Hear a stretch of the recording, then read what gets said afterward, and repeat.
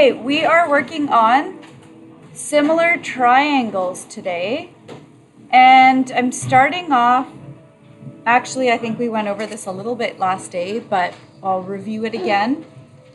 Similar triangles have angles that are the same. So we talked about that briefly yesterday. The sides are proportional, so the sides won't be the same length, but they do have a relationship. The ratios we talked about last day, and we'll get into that again today. And then it says the same shape, so they'll be the same shape but different sizes. So these are the properties of similar triangles that we very briefly looked at yesterday with a couple of diagrams. So, starting off with these two diagrams that you're given here of triangles, my first question is this. Are these triangles similar? Do they meet the requirements?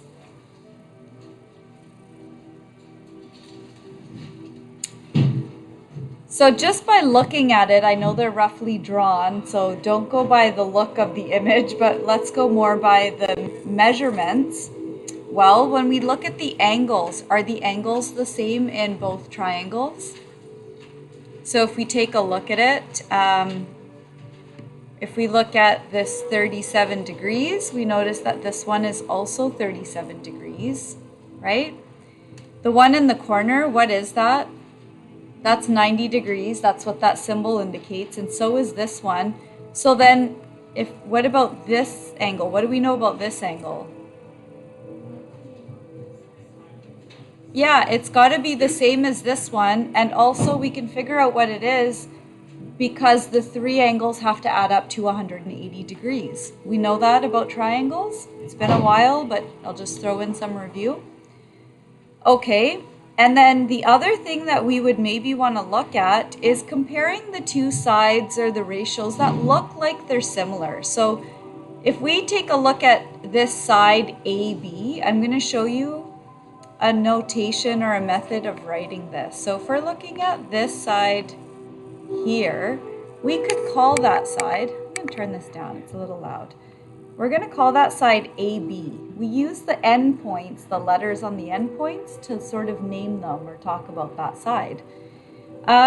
We know that that side AB is equal to 12. We're given that information, right? Then we have which side on the other triangle looks like it's similar to that, or like it's in the same position. I'll do the other triangle in a different color. So we can see that this side looks like it's matching up with the same angles from the other triangle. Does that make sense? So we also see that EF, that's what we would call that, is equal to 4. So this is just information that's given to us. But if we take a look at the relationship between these, or we kind of talked about scale factor last day. So if I want to go from this smaller triangle to the larger one, what would I have to multiply by? What is the scale factor? Yeah, we know that it would be 3 there. So I want to check to see if this is consistent by picking another side. So maybe we want to pick this side here that we could call BC, and that's equal to 15. The side that looks like it's matching up with the same angles, like this 37 and the one at the bottom, is our FG. FG is equal to 5. So we can see that this multiplying by 3 scale factor still applies. So since the angles are the same, since the shapes are the same, since they have a relationship, the ratios and the proportions have a relationship where we take the sides and multiply them by 3 and we can get the side on this larger triangle like that. If I multiply it by 3, I end up getting that. So it all matches up and we can say that these two are similar triangles. Good? Did you do this in Math 8? So it's a review for a lot of you. And for some it might be new if you didn't get to it, and that's okay. That's why we went through it right now. So after going through that, are these two similar? Yes, they are. So this is the method that we would use to help to figure that out. So far so good? Okay, moving along. Given the two similar triangles, so this little triangle shape is just to avoid, basically it's being lazy. So we don't have to write out triangle over and over again, you can use that symbol. Determine the length of this side EF. So don't call it out. I want you to write that down or think about that, or you can talk to the person beside you, but do the work to figure out what the length of side EF would be.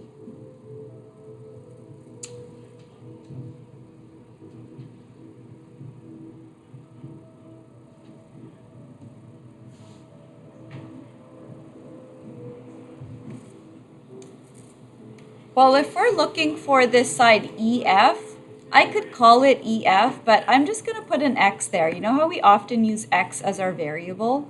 That'll make life a little bit easier for me to keep track of things. It's totally your choice. We could keep calling it EF if we want to, but you're also able to do that if you find that easier. But basically, do you see like which side matches up with the side? With this little symbol, the squiggly, it looks like a part of an equal to sign. That is an indication that tells us that these are similar. It's a symbol to indicate similar triangles. So, which of the values on the left look like it matches up with the side EF? Yeah, the 4 it looks like it matches up with that side. Everybody agree with that? So we're going to find some sort of ratio or relationship that matches up with that. I'm going to put these two together and say 4 over x equals, and I'm going to use the ratio or relationship to match things up here. Well, when I look at the other sides, there's this AC and it has this value of 3. Which side matches up with that on the triangle on the right, the larger triangle?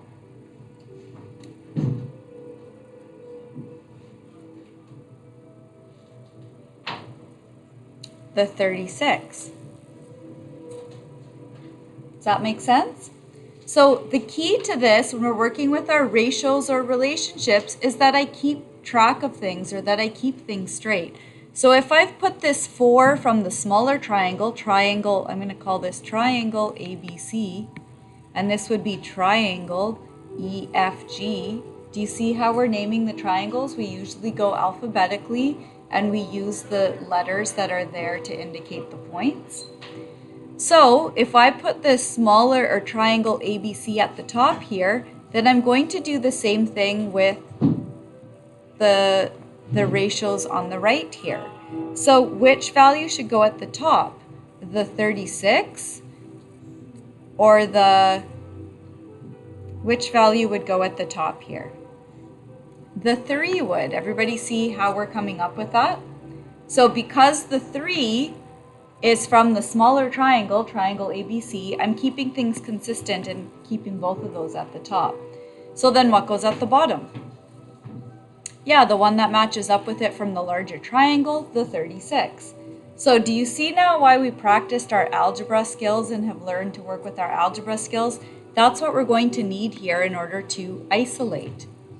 The x is at the bottom. We don't like that. It's harder for us to work with it that way. How do I bring x to the top? What's the opposite of dividing by x? Multiplying by x. So I'm going to multiply both sides by x. What happens on the left here when I have x over x? The whole reason we did this, they cancel out.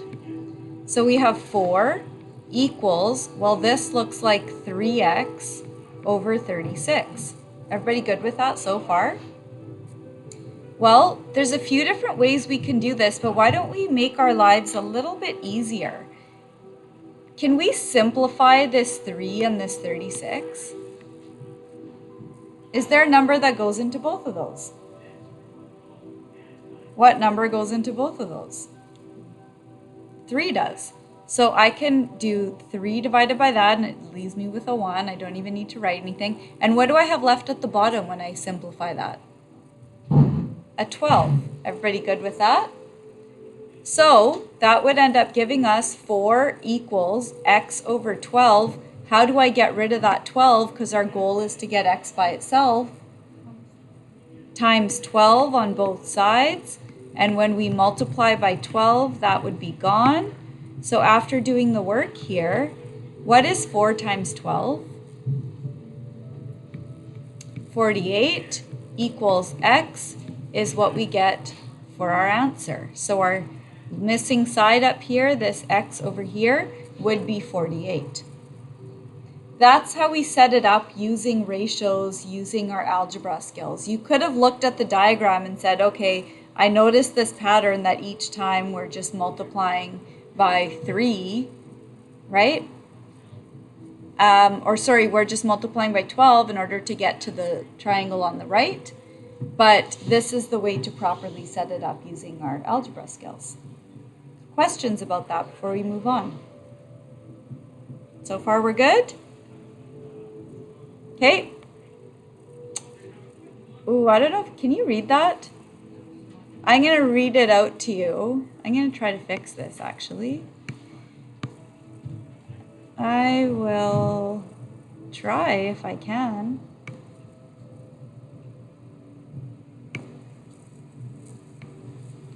Much better?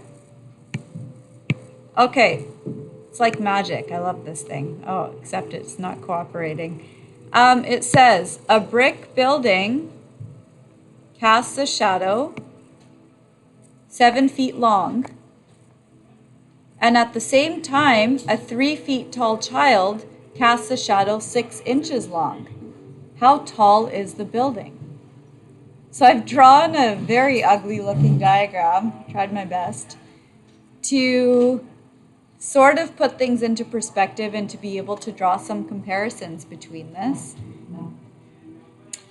So it is saying a brick building casts a shadow 7 feet tall. Yes. Good. So, okay, so here's the thing. Some of this was given in feet. So notice like that's in, I should use a different color. That's in feet, but then this part is in inches. So yeah, we need to convert them to the same unit. So we have a choice. We could convert the 6 inches to feet or the feet to inches. Since only one of them is in inches, we could take that and convert it into feet. Do you see that? I've given you the information here in case you didn't know, but did you all know that there's 12 inches in a foot? Good? So there's the first thing. If there's 12 inches in a foot, the 6 inches we can write as a half of a foot. Does that make sense? Or you could use 0.5, whichever one you find easier to work with. And so we can set it up in that manner. Okay, so how do we set this up? Again, we're using our ratios to set this up to get a sense of what's going on. So do you see that they're forming the same or similar triangles? Because it would form a 90-degree angle at the bottom, both of these would, because it's the ground, which is horizontal, and we're talking about vertical heights. So if we're getting this, and the sun is casting a shadow, so the shadow would form the same angle. So we can use our knowledge of similar triangles and ratios to help set this up, right? Okay, so actually I'm going to change this to 0.5. I just feel like that might be easier for us to work with, how we're setting things up. But if we want to set this up as a ratio, there's a few different ways that we could do it. But if I'm going to start with the x at the top this time to make life easier for ourselves, then which value on this right side matches up with that? Which side matches up with the x? The 3. So I'm going to do x over 3 equals, And then if I put x at the top, then do you see that I also want to put 7 at the top to keep it consistent? So from the same triangle, and at the bottom here, I'd get 0.5. Do you see the similarities of how we set up the last example and how we're setting up this one? We're setting up two ratios and looking to use those similarities of similar triangles to figure this out. Okay, this one's a little bit easier. If I want to get x by itself, what do I need to do with this 3? Or what can I do with this 3?